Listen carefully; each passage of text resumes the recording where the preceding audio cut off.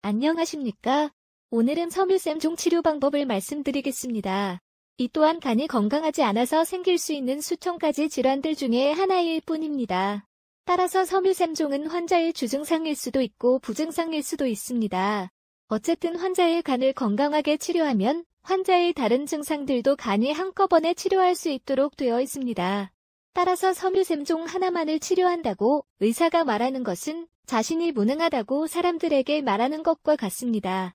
섬유샘종을 정통사암침으로써 치료하면 첫 치료 중에 증상이 개선되어야 합니다.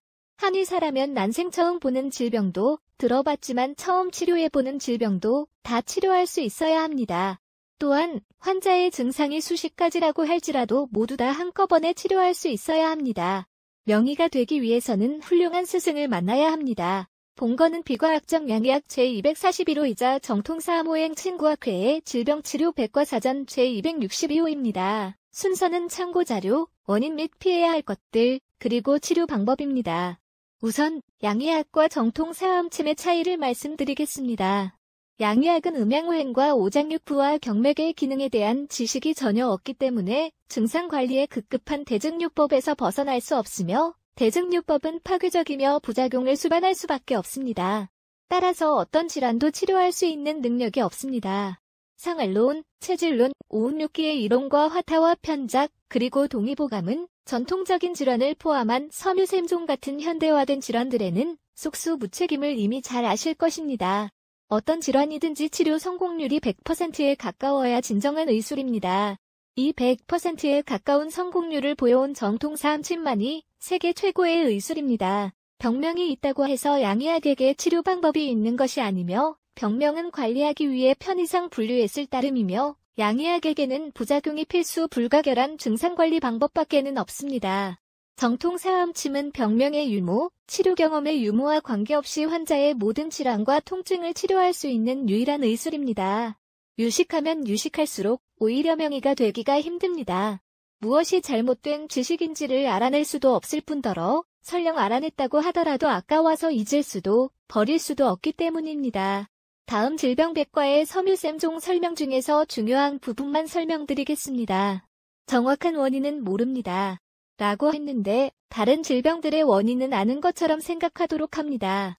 진단하기 위해 유방촬영술, 유방초음파 검사 등을 시행합니다. 최종적인 확진을 위해서는 조직을 절제한 후 조직검사를 시행합니다. 라고 했는데 유방촬영술이나 조직검사는 증상을 악화시킬 따름입니다. 원인과 치료 방법을 모르면 진단의 목적 자체가 유명무실한 것입니다. 일상생활에 큰 지장을 주지 않으면 별다른 치료 없이 주기적인 검진만 시행합니다. 라고 했는데 큰 지장이라는 말은 매우 주관적인 표현입니다. 환자는 큰 지장이라고 생각하는데 양의사는 큰 지장이 아니라고 말할 수도 있습니다. 언어도단이라고 생각할 수도 있겠지만 현실적으로 생길 수 있는 일입니다. 섬유선종으로 의심되는 덩어리가 계속 커지면 제거하는 것이 바람직합니다. 라고 했는데 커진다는 것도 주관적인 표현입니다. 작으면 아무런 문제가 없고 크면 문제라는 생각 자체가 잘못된 것입니다. 크기에 상관없이 있다면 문제가 있는 것입니다. 조직 검사를 해서 확실한 진단을 내리는 것이 필요하기 때문입니다.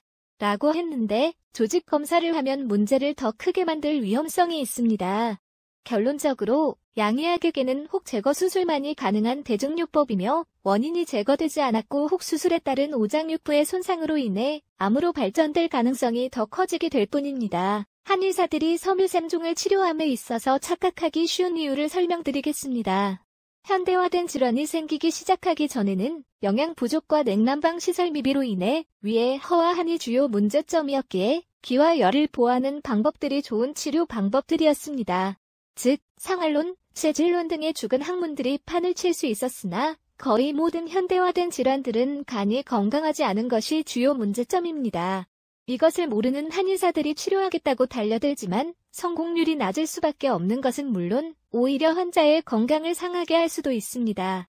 상알론, 체질론, 오운육기 등의 이론들은 50여 년 전에 모두 전멸했었을 수도 있다는 가정을 해보면 많은 의문점들이 해소될 것입니다. 정통사암침은 시대의 변천과 상관없이 100%에 가까운 성공률을 보여왔습니다. 카발에 대해 아셔야 합니다. 카발은 반인류 계획 수립과 실행이 궁극적인 어젠다이며 양의학은 그들의 목적을 구현하기 위한 수단입니다. 가능한 원인과 피해야 할 것들입니다. 매번 설명드리지만 건강에 관해서만큼은 원인을 생각하지 못하도록 카발과 양의학은 우리들을 프로그램해 왔습니다. 원인을 제거하는 것이 올바른 치료의 첫걸음입니다. 섬유샘종 치료 방법입니다. 본 학회에서만 가르치는 비교 맥진법을 쓰면 정확한 치료 방법을 고를 수 있습니다. 첫 번째로 가능한 방법은 대장정격에 해계, 대도, 영곡, 행간사를 더하면 됩니다.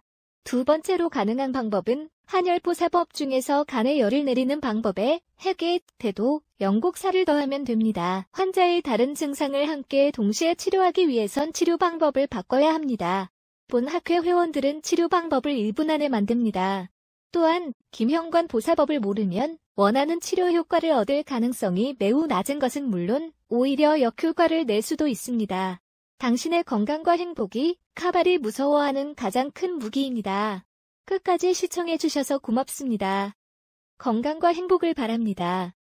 안녕히 계십시오.